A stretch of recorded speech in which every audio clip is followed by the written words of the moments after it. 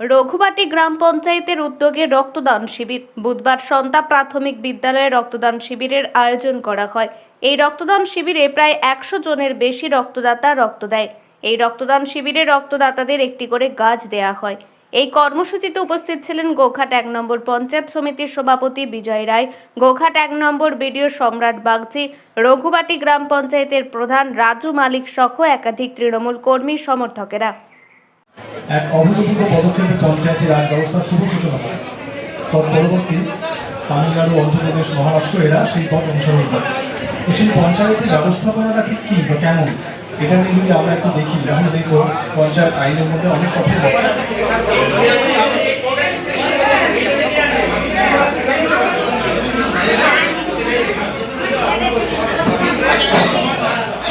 অঞ্চলের উদ্যোগে যে রক্তদান শিবির, এ সম্পর্কে কি বলবেন দাদা? দেখুন, রক্তদান মহদান, এর থেকে তো ভালো কাজ কিছু হতে পারে না। যেখানে হিন্দু মুসলিম ভেদাভেদ করা মুশকিল। আমার রক্ত, আমি একজন হিন্দু, আমার রক্তে একজন মুসলিমের ভাইয়ের প্রাণ বাঁচতে পারে। এর থেকে মহৎ কিছু হতে পারে না, এর থেকে বড় কিছু হতে পারে না। এবং রক্ত এমন একটা জিনিস, সব তৈরি করা গেছে, রক্ত তৈরি করা যায়নি। স্বাভাবিকভাবে আপনার বাড়িতেও রক্তার দরকার হলে এই ধরনের শিবির যদি হয়, তাহলে সেই রক্তের অভাব পূরণ হবে। তো সেই কাজ রঘুবাটি গ্রাম পঞ্চায়েত করেছে। চূড়ান্ত দাবদাহ চলছে, মানুষ ঘর থেকে বাইরে বেরোতে ভয় পায়। সেই সময় সেই রকম একটা কঠিন সময়কে বেছে নিয়ে এই ধরনের রক্তদান শিবিরের আয়োজন করা, এটা একটা সময়সূচিত সিদ্ধান্ত। এই সিদ্ধান্তের জন্য রঘুবাটি পঞ্চায়েতকে বাড়তি ধন্যবাদ। বিজয় রায় মহাশয়, রাজু মালিক মহাশয় এবং এই বিদ্যালয়ের প্রধান শিক্ষক সুশান্ত ঘটক মহাশয়। বন্দে মাতরম, বন্দে মাতরম।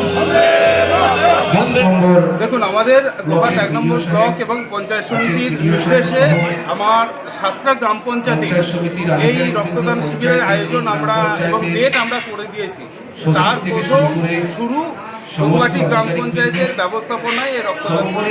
আর আপনারা সবাই অবগত রয়েছেন যে ঈশ্বরের কিছু কিছু সৃষ্টি, যেটার বিকল্প কিন্তু বিজ্ঞান আজ পর্যন্ত তৈরি করতে পারে।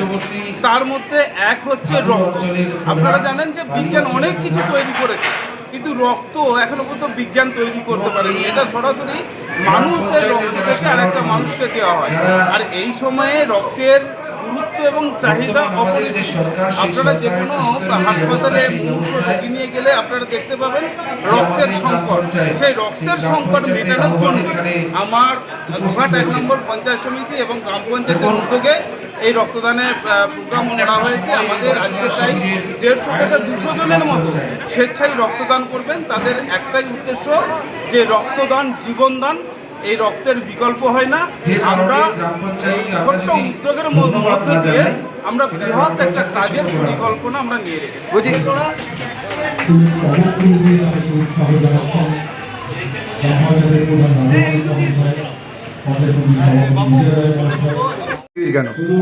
দেখুন, আজকের দিনে দেখতে গেলে এই গ্রীষ্মের প্রচণ্ড দাবদাহে আমরা দেখে লক্ষ্য করি যে একটা মুমূর্ষু রোগীর জন্য তার পরিবার রক্তের জন্য চারিদিক ছোটাছুটি করে, কিন্তু আমরা এই সময়টায় লক্ষ্য করি যে রক্তর চাহিদা থাকে।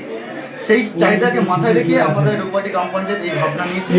সেই জন্য আজকে সকলের প্রচেষ্টাতে, সাধারণ মানুষ সহ সকলের প্রচেষ্টাতে আমরা এই রক্তদান শিবির সম্পন্ন করেছি। আমরা শুধু বলবো, দেখুন, রক্তের কোনো ধর্ম হয় না, রক্তের কোনো বর্ণ হয় না। আমরা আলটিমেট আমাদের একটাই ধর্ম, সেটা হচ্ছে মানব ধর্ম। তাই আমাদের কাজ মানুষের পাশে দাঁড়ানো।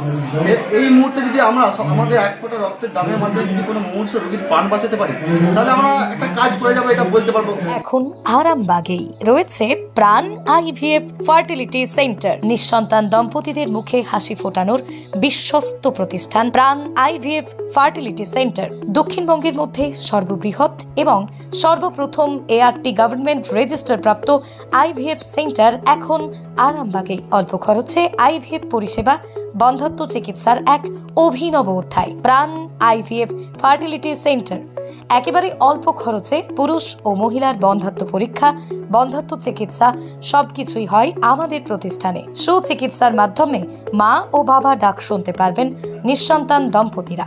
তাহলে আর দেরি কেন? আজই যোগাযোগ করুন প্রাণ আইভিএফ ফার্টিলিটি সেন্টারে। ঠিকানা বসন্তপুর, আমতলা, 2 নম্বর রেলগেট, আরামবাগ, হুগলি।